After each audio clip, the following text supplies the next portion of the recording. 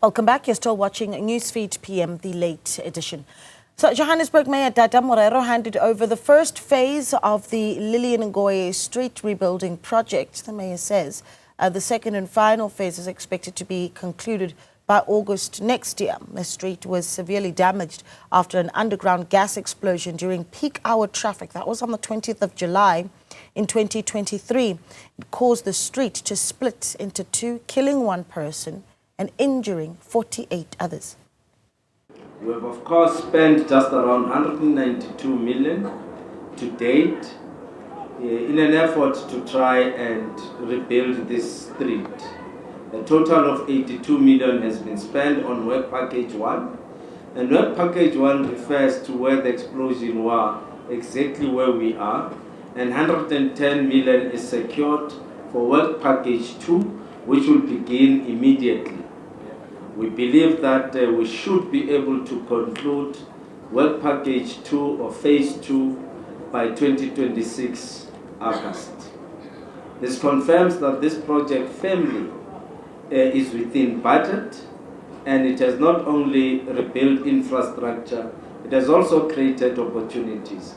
Over 26 million was allocated to small, medium enterprises, benefiting 27 small businesses and employing at least 68 general workers, and many of them from affected communities of Ward 60, Ward 59 and Ward 124. Morero again reiterated the government's commitment to turning the city around. And our commitment continues that we will deliver and we will turn around the inner city of Johannesburg. Last week I also spent some time in De Villiers and Von Velach streets, President and so on, in an effort to understand what is happening in the inner city. The job is big. All of us have to come together with all stakeholders to turn around this city, clean this city, and make it a better city for our people and encourage the economic growth in this area. At the same time, the Johannesburg Roads Agency says phase 2 will be completed within budget. We're very vigilant in terms of cost. It was raised in the beginning that are you going to be within the cost? Indeed, to date we only spent 82 million to do the entire infrastructure underneath and the top, and then phase 2 will cost us the remainder, which is about 110 million, which is left. We used only 82 for work package 1 or phase 1 of the project, so we are still within the budget. Well, let's get more reaction now to the completed phase 1 of the long-delayed rehabilitation project in the city's CBD. And we are joined now by Mr. Yunus Chamda of the Joburg Crisis Alliance. Mr. Chamda, good evening to you. Thank you for joining us. So what do you think of the images that we saw there of the Mayor of Johannesburg saying, right, phase 1 of the rehabilitation of Lilian Goy Street completed? Are you optimistic? Is there some relief for the alliance? Good evening, Naledi, and good evening to your viewers. Yes, I saw those images, but I was also there this morning. I was at the event, and so I listened to the mayor and walked with him the short distance to cut the ribbon. So yes, indeed, the opening, as we would call it, did take place. Some of my observations are that, and I think the mayor conceded that there's still a bit of work to be done in phase 1, which I think will take another week or two before vehicles can actually travel down the road.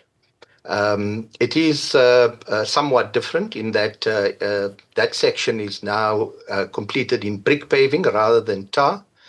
And while it was not quite possible to observe the design elements of the road, we understand that it has been narrowed to allow for more space for vendors, etc. What that will mean once there's high levels of traffic running down the road, I guess, is left to be seen.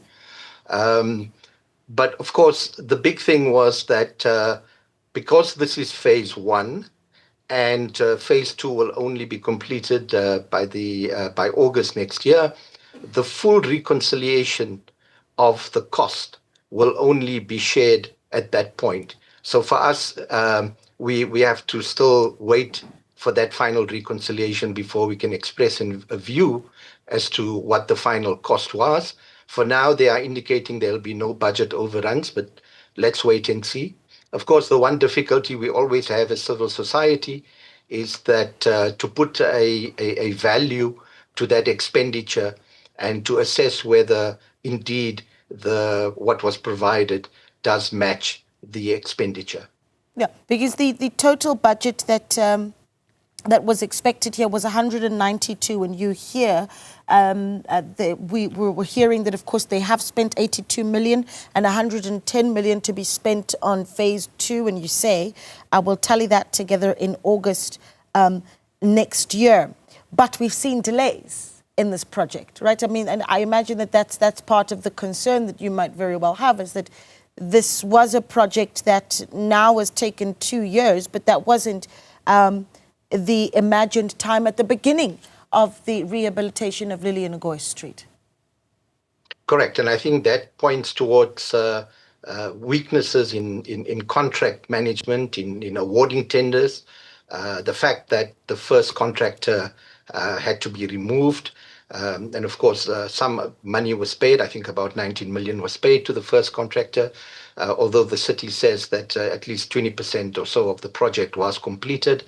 But that is very concerning, that contractors are appointed and are unable to undertake the work, and which causes further delays and often cost escalations.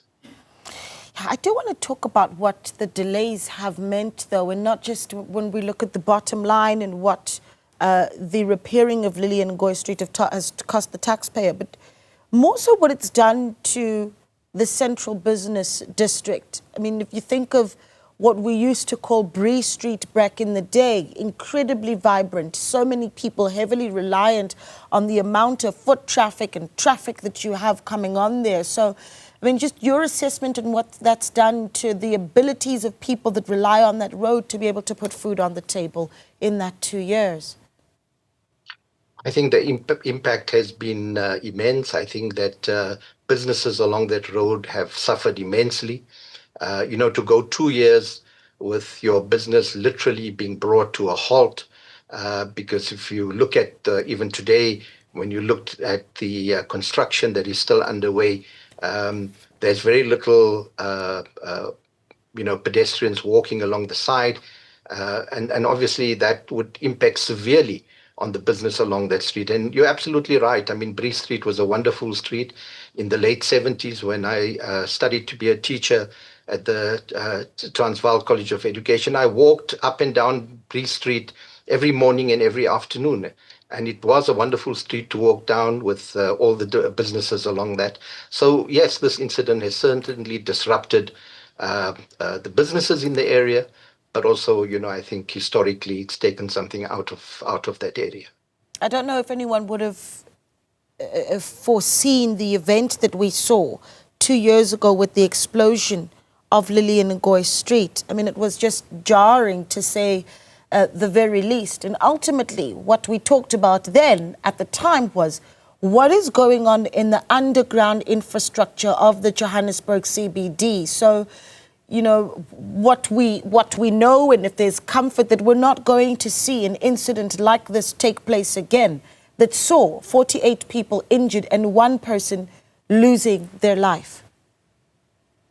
If I can just say two things. The first is this particular incident was one of the incidents that actually led to the establishment of the Johannesburg Crisis Alliance, because the Johannesburg Crisis Alliance was established in the middle of 2023.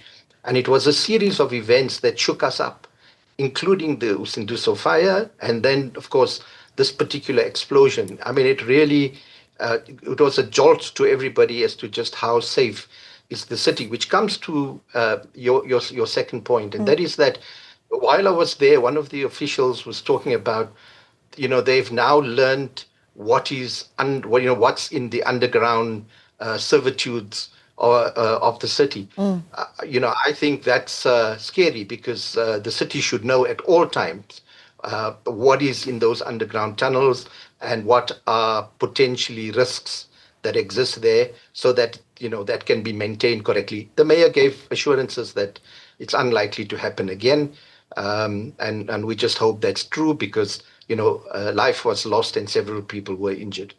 Yeah, but how do we describe the underground systems underneath the Johannesburg CBD at the moment? As you say, the officials saying we now know what is going on under there, but really, for the everyday viewer and people that make use of those roads in the Joburg CBD on a daily basis, what are they walking on top of?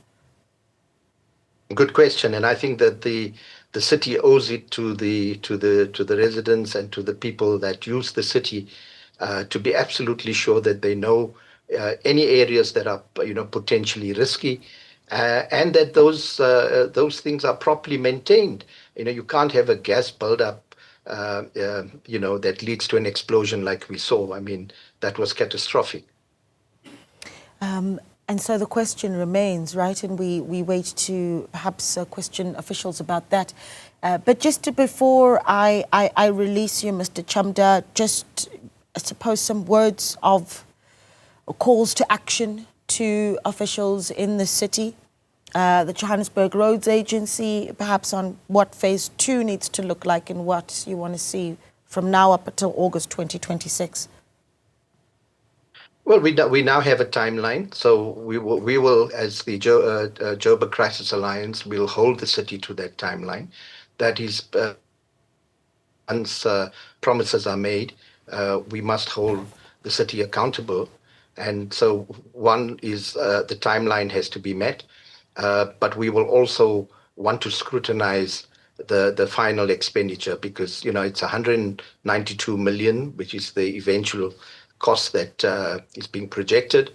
And so we'd want to really know if the city, got that value for money. Yeah. Well, we're going to leave it there. Thank you so much for your time. Mr. Yunus Chamda there of the Joburg Crisis Alliance speaking to us this evening.